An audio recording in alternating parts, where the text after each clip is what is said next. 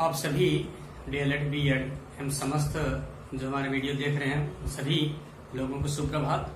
मैं कमलेश कुमार, तारकेश्वर नारायण अग्रवाल शिक्षा प्रशिक्षण महाविद्यालय आरा। आज का हमारा टॉपिक है विद्यालय में योग की अवधारणा, अर्थ, महत्व क्या है।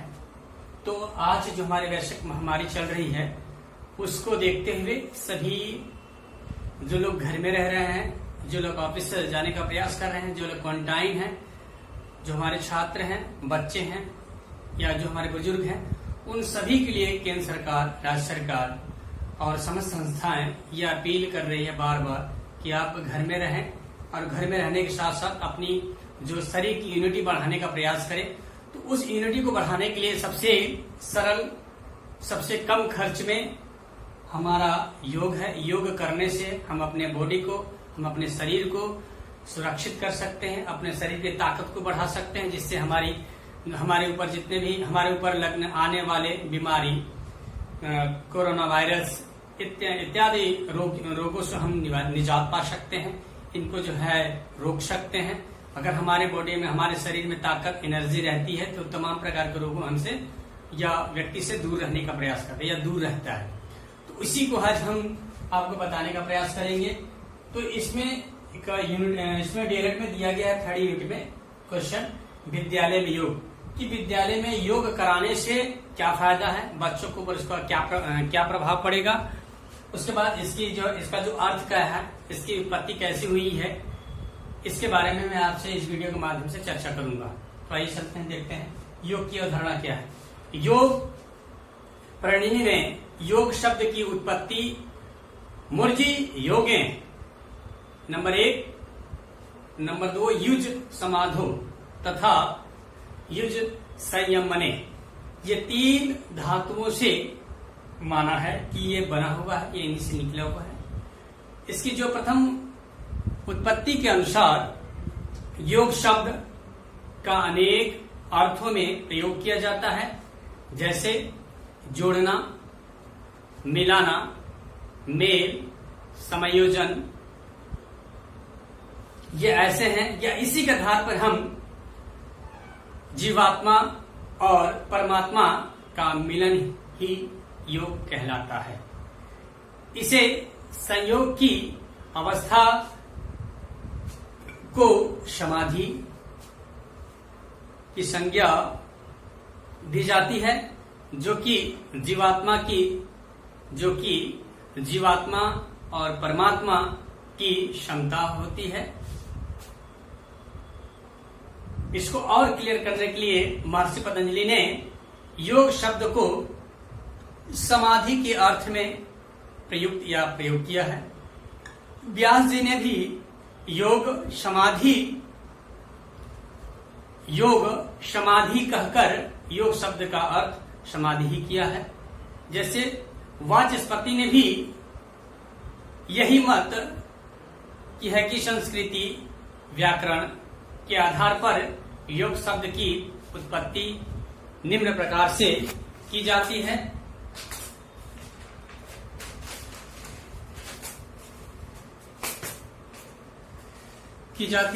युज्यमते एतत् इति योग।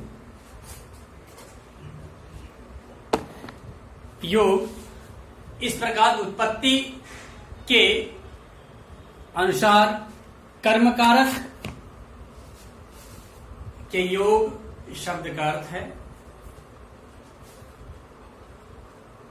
जैसे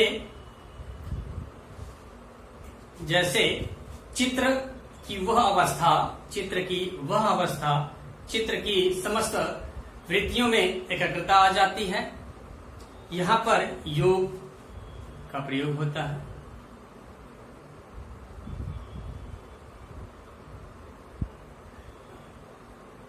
युज्यमते अनेन अति योग। इस योग के माध्यम से हम इसकी उत्पत्ति अनुसार कारण, कारक में योग शब्द का अर्थ वह साधन है जिससे समस्त चित्रवृत्तियों में एकाग्रता, समस्त अपने जो हमारे माइंड है, जो माइंड के अनुसार हमारे जो चित्रवृत्तियां अलग अलग जगहों पर भटकती हैं या चलती रहती है निरंतर, यहाँ से वहां जाना, वहां से या अपना हम यहाँ पर है कहीं और के बारे में सोचते हैं। ऐसी चीजों से एकत्रित एक साधन बना लेना ही योग कहलाता है। इसी आधार पर योग विभिन्न साधनों जैसे योग करने या योग के विभिन्न साधन हैं, जैसे हठ योग, मंत्र, भक्ति, ज्ञान, कर्म आदि को हठ योग, मंत्र योग, भक्ति योग, ज्ञान योग, कर्म योग आदि के नाम से भी जाना जाता है। जैसे राजयोग, राजयोग के अंतर्गत अष्टांग योग के नाम आते हैं। अष्टांग योग में देखते हैं जिस अष्टांग में हमारा यम, नियम, आसन, प्राणायाम, प्रत्याहार, धारणा, ध्यान, समाधि, ये हमारे 8 बिल्कुल अष्टांग योग हैं। इस 8 अष्टांग योग के माध्यम से हम पूरे योग को जो है करने का प्रयास करते हैं। जैसे इसमें है राजयोग। अब देखते हैं कि यम, नियम, आसन, धारणा, प्रत्याहार, धारणा, समाधि, ये जो है योगों के माध्यम से हम क्या क्या पा सकते हैं, क्या किन किन चीजों पर जो है संयम रख सकते हैं। तो सबसे पहले देखते हैं यम। यम में हम क्या करते हैं? अहिंसा। हम अहिंसा के माध्यम से एक दूसरे का सहयोग, एक दूसरे के प्रति लगाव, एक दूसरे का जो है निरंतर अच्छाइयों के बारे में सोचने का प्रयास करते हैं यम के माध्यम से। यम के ही माध्यम से दूसरा हमारा आता है सत्य। हम क्या करते हैं कि योग अगर व्यक्ति करता है या यम के अनुसार चलता है तो हमेशा सत्य बोलने का प्रयास करता है। उसके बाद अस्त में ये आपका तप है। अस्ततेप, जैसे चोरी न करना, झूठ न बोलना, किसी को परेशान न करना, किसी के प्रति बुराई न सोचना, ये तमाम चीजें इनके अंदर आती हैं। उसके बाद इसमें आता है ब्रह्मचर्य। तो ब्रह्मचर्य का अर्थ ये होता है कि तमाम जो बाहरी भौतिक सुख सुविधाओं को छोड़कर अपने आप को ब्रह्मचर्य, अपने जो यथावत जो गांव मोहल्ले इत्यादि चीजों को छोड़कर बिल्कुल खाली स्थान पे, पहले हमारे ऋषि महर्षि जैसे करते थे, कुटियाओं को या घर परिवार छोड़कर कुटिया में जाकर रहते थे, जंगलों में जाकर कुटिया बनाते थे। इससे भौतिक जो भी हमारा सुख सुविधाएं उसे छोड़कर ब्रह्म जीवन स्थापित कर, ब्रह्म जीवन को अपने आप को लीन कर लेते हैं। उसके बाद इसमें आता है अपरिग्रह। इसमें क्या होता है अपरिग्रह में कि तमाम भौतिक जो भी अनावश्यक चीजें होती है, जो भी अनावश्यक वस्तुएं होती हैं, उनको क्या त्याग करना। ऐसी जो त्याग करते हैं, जैसे वर्तमान कंडीशन क्या है कि लोग समाज में देखकर कोई क्या कर रहा है कोई नहीं कर रहा है, उसको एक दूसरे को देखकर अपने आप को चेंज करने या भौतिक सुख सुविधाओं को देखकर चेंज करने का प्रयास करते हैं। जैसे आज देखा जा रहा है कि केंद्र सरकार, राज्य सरकार जो हमारे कोविड-19 है उसमें कहा जा रहा है कि एसीओ का प्रयोग ना करें। ये हमारी क्या आधुनिक सुख सुविधाएं हैं। अगर हम स्वच्छ हवा, बिल्कुल बाहरी प्राकृतिक हवा लेते हैं तो उससे हमारे शरीर की इम्यूनिटी बढ़ेगी। लेकिन अगर हम एसी का हवा ये इससे लेते हैं तो ये हमारे इम्यूनिटी को कमजोर करती है, इससे हमारे बॉडी को नुकसान होता है। ये हमारी भौतिक सुविधा, इन ऐसे सुख सुविधाओं को छोड़ना ही अपरिग्रह कहलाता है। इससे हमारी क्या होती है, बॉडी को जो है यूनिटी बढ़ती है, जो प्राकृतिक हवाएं हमको मिलती है या प्राकृतिक सुख सुविधाएं जो होती है उससे हमारी बॉडी को जो है एक एनर्जी, एक जो सत्य राह पर चलने का प्रयास करते हैं। उसके बाद इसमें आता है नियम। नियम में क्या होता है? सोच, संतोष, तप, स्वाध्याय, ईश्वर परिणाम। ये हमारा क्या है कि अगर सोच है, सोच में क्या, शरीर मन की शुद्धि को ही सोच कहते हैं। बल्कि इसका एग्जाम्पल हम अगर देखते हैं या देने का प्रयास करते हैं कि जैसे स्नान, वस्त्र, खान पान आदि से शरीर की स्वच्छ रखा जाए तो हम सोच कहते हैं। बिल्कुल सही है। लेकिन परंतु सेकेंड नंबर में हम क्या बोल, सेकेंड नंबर यह है आपका कि विद्या, ज्ञान, सत्संग, संयम, धर्म आदि इन चीजों से भी अपने आप को जो है स्वच्छ, नियम और अपने आप को साफ कर सकते हैं। ये तो हमारा गया सोच। अब हम थर्ड में देखते हैं कि धनोपार्जन को पवित्र रखने के उपाय को भी मन की शुद्धि कहते हैं। जैसे हमारे पास, जैसे कभी कभी देखते हैं कि लोग खाने बगैर मरते हैं, किसी के पास इतना पैसा हो गया है, पैसे का जो प्रयोग नहीं कर पाता है, तो ऐसे धनों को क्या करते हैं, हम एक दूसरे का सहारा एक दूसरे को देने का प्रयास करते हैं। हमारा सोच, जो हमारा माइंड है हमारा चेंज होता है, वो हमारा बॉडी, एक हमारा शरीर एक अच्छे स्वच्छ मन के साथ चलने का प्रयास करता है। ऐसे जगह धनोपार्जन या ऐसे जगह धनों का जो है दे, जिससे जो लेने वाला व्यक्ति हो उसको भी थोड़ा सा महसूस हो कि हमने या हमारे लिए इन्होंने, इन व्यक्तियों ने अच्छा कार्य किया है, हमें जीने के लिए, हमें खाने पीने के लिए कुछ हमारे लिए उपलब्ध। जैसे आज के दिन देख रहे हैं कोविड-19 में कुछ ऐसे हमारे मजदूर हैं, कुछ ऐसे हमारे साथी हैं जो खाए बगैर रह रहे हैं, जो हमारे संसाधनों का जो है प्रयोग नहीं कर पा रहे, उनको मिल नहीं रहा उस प्रकार से अपना जीवन किसी तरह काटे। उसी प्रकार से ऐसे धनोपार्जन को जो ऐसे जगहों पर लगाए जिससे लगे कि नहीं हमें हमारे धनों की जो पवित्रता है, हमारे धन जो सफल है, हमारे धन कमाने का जो जरिया है वो बहुत सुंदर है, हमारी सोच जो भी है वो बहुत अच्छी है। उसके बाद इसमें आता है संतोष। संतोष में क्या होता है कि अपनी योग्यता और अधिकार के अनुरूप, अपनी योग्यता व अधिकार के अनुरूप अपनी शक्ति, सामर्थ्य, ज्ञान, विज्ञान तथा उपलब्ध संसाधनों द्वारा पूर्ण पुरुषार्थ करने से प्राप्त फल से ही प्रसन्न रहने को संतोष कहते हैं। जैसे इसमें कहा गया है कि जो हमारे पास वर्तमान में, जैसे आज के डेट में देखेंगे कि कोविड-19 में जितने भी हमारे मजदूर वर्ग हैं या जो भी रोजमर्रा की जिंदगी जीते हैं, उनके पास जो भी है 10 रुपए हैं, तो 10 रुपए में ही अपने आप को जो है व्यतीत कर लेते हैं, उसी को पुरुषार्थ, उसी को संतोष कहते हैं। नहीं, आज के डेट में किसी के पास 10 रुपए की जगह 500 रुपया लेंगे, फिर भी उसको जो संतोष नहीं है, वो और उसको लेने की और बढ़ाने का प्रयास करता है। लेकिन जिसके पास 500 ही है, वो 500 में संतोष करता है और अपने आप को आगे बढ़ाने का प्रयास करता है। जैसे सपोज एग्जाम्पल, अभी बिहार के ही एक ऐसा जगह है जहां पर एक ऐसे आईएएस का जो है निर्माण, ऐसे आईएएस बच्चा बना है, छात्र बना है, जिसके पिता जो है ठेला गाड़ी भेजते थे। उन्होंने उतने पैसे में संतोष करके अपने पुरुषार्थ को अपने बच्चे के साथ दिखाया कि तुम आगे बढ़ो, हम तुम्हारे साथ हैं, हमारे पास जितना है, जो हमारा धन है, जो हमें मिलता है, वही हमारा जो है सोच, वही हमारे जो शुद्धि है, उतना में हमें आगे बढ़ना है, न कि हमें किसी और के धन को लूटना है, लेना है, जबरदस्ती छीनना है। ऐसे संतोष अगर जिस व्यक्ति के पास होता है, वो अमूमन 100% वो आगे बढ़ता है और बढ़ने का प्रयास करता है। इसे कहते हैं संतोष। उसके बाद इसमें तप आता है। जीवन के लक्ष्य को पूरा करने के लिए हानि, लाभ, दुख, सुख, भूख, प्यास, गर्मी, सर्दी, मान, अपमान आदि छंदों को शांत धैर्य से सहन करने को ही तप कहते हैं। इसके अंतर्गत हम क्या करते हैं कि जब हमें कुछ हासिल करना है या किसी से लेना है, तो अपने आप को एक ऐसे धैर्यवान व्यक्ति का जो है परिचय देना है। या जैसे विद्या है, विद्या अगर लेना है तो अपने आप को धैर्य बनना पड़ेगा।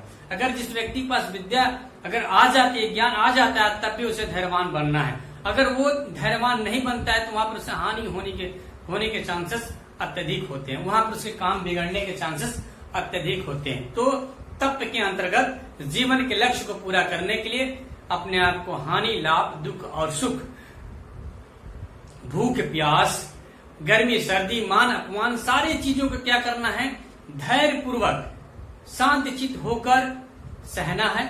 सह लेना ही तप कहलाता है। उसके बाद इसमें आता है स्वाध्याय। भौतिक विधा व आध्यात्मिक विधा दोनों का ही अध्ययन करना स्वाध्याय कहलाता है। जैसे हम भौतिक स्थिति हमारी क्या है कि पहले हम क्या करते थे, पटरियों को पढ़ने का प्रयास करते थे। पहले आध्यात्मिक पेड़ों के नीचे पढ़ने का प्रयास करते थे, ज्ञान लेने का प्रयास करते थे। लेकिन अब हमें क्या है, अगर हम पेड़ के नीचे लेंगे तो वो हमारी जो भौतिक स्थिति है, हमें जो नए ज्ञान की जरूरत है वो जल्दी नहीं मिल पाएंगे। अगर एक रूम में बंद करके लेते हैं तो भी हमें आध्यात्मिक ज्ञान नहीं मिल पाएंगे। इस प्रकार से हमें दोनों जगहों का जो है ज्ञान लेना अति आवश्यक है। जैसे अगर हम भौतिक शिक्षा को लेकर दें तो भौतिक हमारे पास अनेकों प्रकार की तकनीक, अनेकों प्रकार की टेक्नोलॉजी आ गई है, जिसके माध्यम, जैसे अभी मैं आपको इस वीडियो के माध्यम से सभी लोग को बताने का प्रयास करता हूँ, ये भौतिक हमारी सुख सुविधा है। लेकिन हम जब अध्यात्म से जुड़ते हैं तो अध्यात्म का ज्ञान लेने के लिए भी हमारे भौतिक वातावरण से पूर्ण हो सकते हैं, परंतु जब तक ऋषि महर्षि, जब तक कुछ ऐसे ज्ञानियों से अपना मेल, अपना जो है संयोग नहीं बनाते, तब तक वो आध्यात्मिक ज्ञान मिलना मुश्किल होता है। यह आध्यात्मिक ज्ञान लेने के लिए ऐसी पुस्तकें हैं या उन पुस्तकों का जो है अध्ययन करना जरूरी होता है। तो स्वाध्याय का अर्थ यही होता है कि भौतिक विधा, जो भौतिक हमारी जो चल रही है स्थिति, उसको ज्ञान करना और आध्यात्मिक ज्ञान दोनों का अध्ययन करना ही स्वाध्याय कहलाता है। जैसे एग्जाम्पल के तौर पर इसको देखते हैं, केवल अगर भौतिक ज्ञान या केवल आध्यात्मिक ज्ञान से कोई भी प्राणी अपने लक्ष्य को पूरा करना चाहता है तो वो मुश्किल है, वो नहीं कर पाएगा। इस प्रकार से दोनों को मिलाकर ही करना या समन्वय में बना लेना ही अति आवश्यक है, जिससे हम सफलता प्राप्त कर सकते हैं। ये तो आपका हो गया स्वाध्याय। अब इसमें आगे हम चलते हैं, आपको ईश्वर परिधान का अर्थ होता है लोक।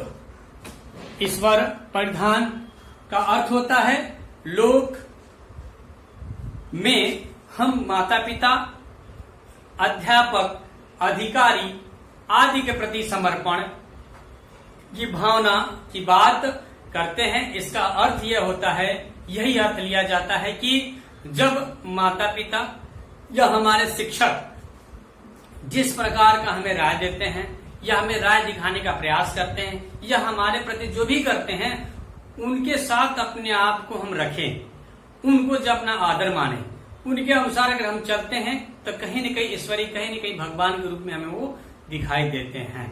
इस तरह से हमें क्या करना है, ईश्वरी परिधान का यही अर्थ होता है कि ये लोक जो है हमारा, इस लोक में हमारे माता पिता, ईश्वर, अध्यापक, अधिकारी आदि के प्रति हम समर्पण, अपने आप को समर्पण, आदि उनके साथ चलने का हम प्रयास करें, उन्हीं की भावना की बात करें।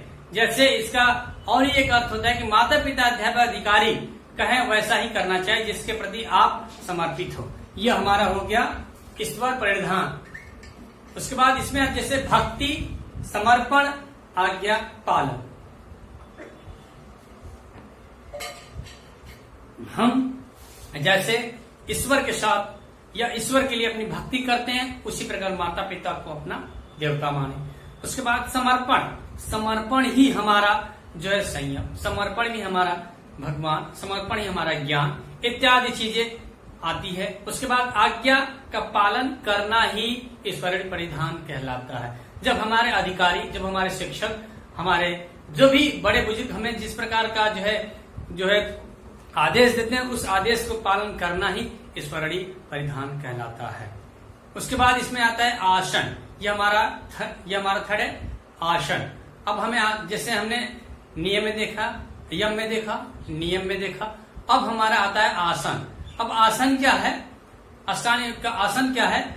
आज आसन को योग का पर्याप्त आसन का मुख्य उद्देश्य शरीर को रोग मुक्त करना माना जाता है। आसन करने का गौण रूप शरीर लाभान्वित होता है। इसमें आपको इस आसन के अनुसार तमाम से आसन मिलेंगे, अनेकों प्रकार के आसन मिलेंगे जो आपके शरीर के लिए लाभदायक होते हैं करने के लिए। उसको हमें निरंतर करना चाहिए। प्रतिदिन कम से कम 1 घंटा आसन करना चाहिए। 1 घंटा आसन करना चाहिए। आसन करने से पहले अपने आप को शुद्धिकरण कर लें, शौच कर लें, जिससे या और भी है कि आसन करने से पहले हमें कुछ खाना नहीं चाहिए। 2 घंटा आसन करने से पहले हमें नहा लेना चाहिए। इस प्रकार के नियमों का हमें पालन करना चाहिए, जिससे हम आसन को शुद्धिकरण के साथ अपने बॉडी की यूनिटी को बढ़ा सके, सांस लेने में प्रॉब्लम ना हो, अपनी स्थिरता में प्रॉब्लम ना हो। इन तमाम प्रकार के पद्धतियों का हमें प्रयोग करना चाहिए, जिससे हम आसन कर सके। ठीक है। उसके बाद इसी में चलता है, परंतु आसन का मुख्य उद्देश्य क्या होता है? इस आसन का मुख्य उद्देश्य क्या होता है? प्राणायाम, उसके बाद धारणा, ध्यान, समाधि। जब हम आसन के लिए बैठते हैं, अपने आप को शुद्धिकरण कर लेते हैं, तो हम प्राणायाम करने में आसानी होता है। अनुलोम विलोम इत्यादि चीजें कपालभाति करने में हमें आसानी होती है। उसके बाद धारणा, जो हम धारणा रखते हैं उसके प्रति अपनी चेतना रखते हैं। उसके बाद ध्यान, हम कहीं भी ध्यान लगाते हैं तो हमें ध्यान लगाने में आसानी मिलती है। समाधि मिलती, समाधि करने में भी हमें बिल्कुल शांत चित्त से मन से जाना चाहिए जिससे हमें आसानी हो। उसके बाद आता है प्राणायाम। इसमें देखते हैं प्राणायाम क्या है। आसन पर जैसे हमने 8 देखा ना, अष्टांग में चौथा है प्राणायाम। प्राणायाम से ज्ञान का आवरण, जो अज्ञान है या नष्ट होता है हमारा। अगर हम प्राणायाम करते हैं तो जो आवरण है या अज्ञान को दूर करने का प्रयास करते हैं इसके माध्यम से। तो ज्ञान के उत्कृष्ट, अपने ज्ञान को बढ़ाने के लिए, अपने बुद्धि को बढ़ाने के लिए हम क्या करते, प्राणायाम का प्रयोग, प्राणायाम आसन का प्रयोग करते हैं। जैसे कपालभाति, अनुलोम विलोम आदि प्राणायाम नहीं बल्कि श्वास क्रियाएं भी शामिल होती हैं। इस प्रकार से हम क्या करते हैं, प्राणायाम योग करने का प्रयास करते हैं। जैसे किसी व्यक्ति को सांस लेने में प्रॉब्लम है तो क्या करते हैं कि कपालभाति के माध्यम से अपनी सांस की स्थिरता को बढ़ा सकते हैं। लोम विलोम, अपने जो हमें सांस की गति है निकालने, बढ़ाने, रोकने, उसकी क्षमताओं को बढ़ा सकते हैं। नाक, अपने नोज के जो क्लियरिटी फेस कर सकते हैं हम अनुलोम विलोम से। ये हमारे जो प्राणायाम के जो आसन होते हैं। अब आसनों के बारे में मैं कल इस वीडियो के माध्यम से ही बताने का प्रयास करूंगा, इसका महत्व के बारे में बताने का प्रयास करूंगा। लेकिन अभी हमारा क्या है, 5वां टॉपिक क्या है, प्रत्याहार। 5वां अष्टांग का 5वां रूप प्रत्याहार। प्रत्याहार आंख, कान, नासिका आदि 10 इंद्रियों की शाखाएं के विषयों को हराकर मन, शांत, सात्विक और बाधिक की देने को प्रत्याहार कहते हैं। जैसे अभी मैंने कहा आंख, कान, नासिका आदि 10 इंद्रियों की संसार के विषयों से हराकर मन के साथ साथ रोक बांध देने का प्रत्याहार कहते हैं। जैसे किसी प्रकार के रोगों को रोक देना, इंद्रियों के माध्यम से अपने आप को करना। आंख, कान के जितने भी हमारे पास इंद्रियां हैं उन संसार विषयों के माध्यम से रोगों को हरा देना ही प्रत्याहार कहलाता है। जैसे अब अगला इसमें 6वां क्या टॉपिक है, क्या आपका धारणा मन की अपनी इच्छा से अपने ही शरीर के अंदर किसी एक स्थान को देखना या किसी एक स्थान को बांध कर रोकने का प्रयास करनी, या किसी एक स्थान पे अपने आप को टिका के रखने को ही धारणा कहते हैं। जैसे या और ही इसको अलग से करने के लिए, अलग से देखने के लिए, वैसे तो हम शरीर को, मन को टिकाने या मुख्य स्थान मस्तक, ब्रह्मध्य, उसके बाद नाक का अग्रभाग, छिद्र का अग्रभाग, कंठ, हृदय, नाभि आदि को मानते हैं। परंतु इसमें से सर्वोत्तम स्थान हृदय प्रदेश को माना जाता है। जो हृदय प्रदेश का अभिप्राय शरीर के हृदय नामक अंग के स्थान से न होकर छाती के बीचों बीच, यहाँ जो हमारा होता है धारणा, यहाँ जैसा लगा लेते हैं और एक जगह इसके माध्यम से हम देखने का प्रयास करते हैं, उसी को हम धारणा कहते हैं। उसके बाद ध्यान हमारा है प्रायः मनुष्य अपने दैनिक में इतना व्यस्त रहता है, प्रायः मनुष्य अपने दैनिक कार्यों में इतना व्यस्त रहता है कि अपने ही स्वास्थ्य के बारे में या उसे यह भी बोध नहीं रहता है कि जीवन का अनुरूप या जीवन का अनुपम कार्य ध्यान करना है। कुछ मनुष्य अपने जीवन की व्यस्त दिनचर्या में से ध्यान के लिए समय निकालते हैं, परंतु कुछ ऐसे मनुष्य, ऐसे प्राणी होते हैं जो दिनचर्या अपने कार्यों में व्यस्त होकर ध्यान करना भूल जाते हैं। तो ध्यान करना ही एक सफल या उसके बारे में सोचना ही सफल प्राणी की पहचान है। परंतु ध्यान में मन नहीं लगता है। ध्यान के लिए सर्वोत्तम समय सुबह है 4 बजे आसन या सुबह 4 बजे के आसपास ध्यान की प्रक्रिया के अंतर्गत स्थिरता वो सुख पूर्वक बैठकर आंख कोमलता, उसके बाद कोमलता से बंद करके 10 यम नियमों चिंतन का अध्ययन करते हुए अवलोकन करते हैं। इसके बाद पिछले दिन कुछ व्यवहार को अनेक या उनके अनुरूप कितना चला पाए, कितने उसके पश्चात क्या हमें करना है, इन सारे चीजों को ध्यान के माध्यम से सोचने विचारने का जो है प्रयत्न करते हैं। उसके बाद वहां पर टिकाने का प्रयत्न इस आसन के माध्यम से, कि जैसे पिछले दिनों हमने कौन सा कार्य किया है, आगे हमें कौन सा कार्य करना है, या हम कौन से कार्य कर रहे हैं वर्तमान में, इन सारे चीजों को सोचने या आगे बढ़ाने में ध्यान हमारा महत्वपूर्ण योग माना जाता है। उसके बाद लास्ट आता है समाधि। समाधि ध्यान करते करते जब परोक्ष वस्तु का प्रत्यक्ष दर्शन होता है, उसे हम प्रत्यक्ष को ही समाधि कहते हैं। जैसे व्यक्ति जब समाधि में बैठ जाता है, जब उसकी सारे इंद्रियां काम करने लगती हैं, सभी अपने इसके आगे सात योग 8 अष्टांग योग के अंतर्गत आपने 7 टॉपिक्स देखा है। उन सारे टॉपिकों का इसमें 8वें समाधि में सम्मिलित है। जब हम ध्यान, प्रत्याहार, नियम, यम के माध्यम से या अपने आप को धारणा रख लेते हैं, कर लेते हैं, तब योग करने के लिए हमें क्या करना है, समाधि की आवश्यकता पड़ती है। हमें समाधि, जब समाधि योग के माध्यम से करते हैं तो उसमें क्या करते हैं कि अपने आप को, जो हमारी अप्रत्यक्ष चीजें हैं, जो अप्रत्यक्ष वस्तुएं हैं, जिसे हम देखने का प्रयास करें, हम उस समय उसको देख पाते हैं जब अपने आप को समाधि के रूप में रख देते हैं। समाधि का